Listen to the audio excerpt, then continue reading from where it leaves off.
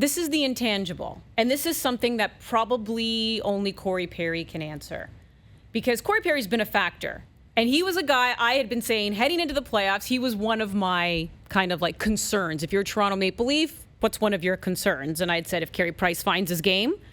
And I had also said Corey Perry, because he has the ability to get under your skin, but he also has the ability to be a factor. And I feel Corey Perry was shook up after that John Tavares hit.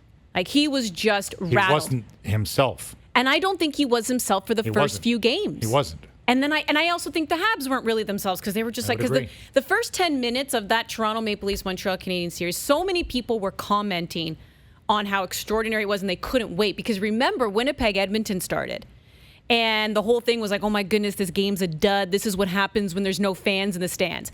Then Toronto Montreal started, and it was like, this has nothing to do with no fans in the stands, because look at these two teams. It's incredible. I believe initially that affected Montreal every bit as much as it affected Toronto. And that's where I'm going with it. And I think they kind of shook it off and never looked back.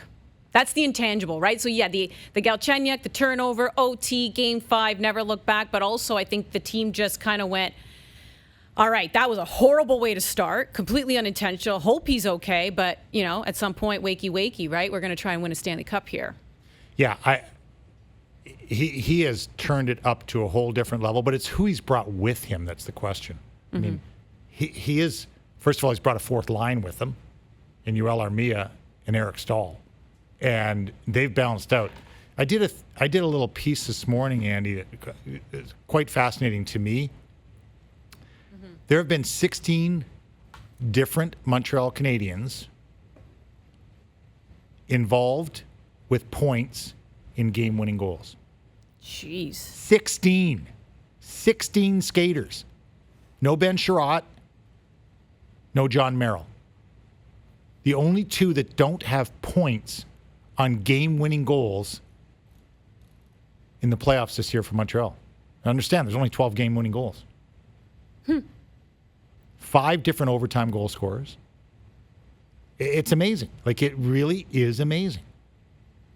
The balance that they have across the board. I mean, it's a team. That's what it is. Flat out, it's a team. It's all coming together at the right time, like the right pieces, from your goalie being great to your defense being hard to play against to your shutdown line truly shutting down. Mark Stone, Max Pacioretty, where are you at, right? Like Winnipeg Jets, Toronto Maple Leafs. And then getting the contribution. Yeah, and then getting the contribution from, just depth and scoring, to your point, which you're just pointing out right now, and the amount of people who are contributing across offensively. the board.